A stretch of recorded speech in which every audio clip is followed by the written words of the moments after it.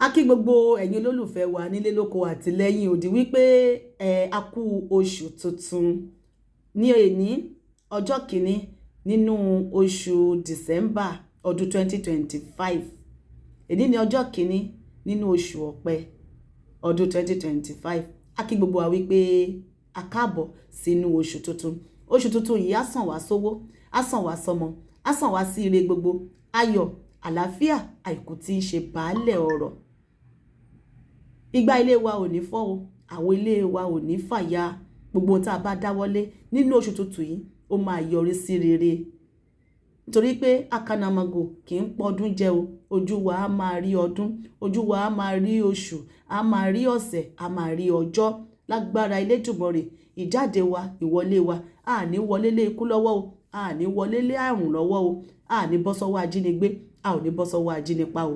Lágbára Ọlọ́run, wọ́n bá tó kù ọjọ́ ọ̀sẹ̀ tó kù kí ọdún yìí kó parí, ọmọ aráyé ò wá ní bọ́ bàtà ọ̀fọ̀ sẹ́nu ọ̀nà ilé wa o. Lágbára Elédùmarè, àyún lọ àyún bọ̀ báyìí lọ́wọ́ yẹnu. Àárín bá ti ṣe àárọ̀ náà gbégbà, àní rógun ìkáwọ́ lórí ìfẹsẹ̀jọlẹ̀.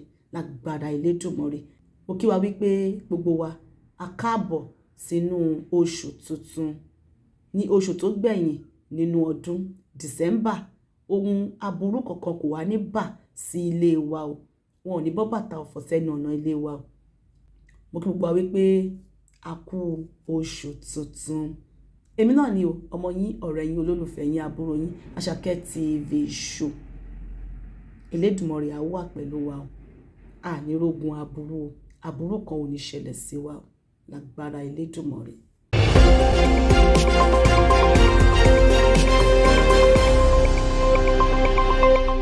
Àṣàkẹ́ TV show.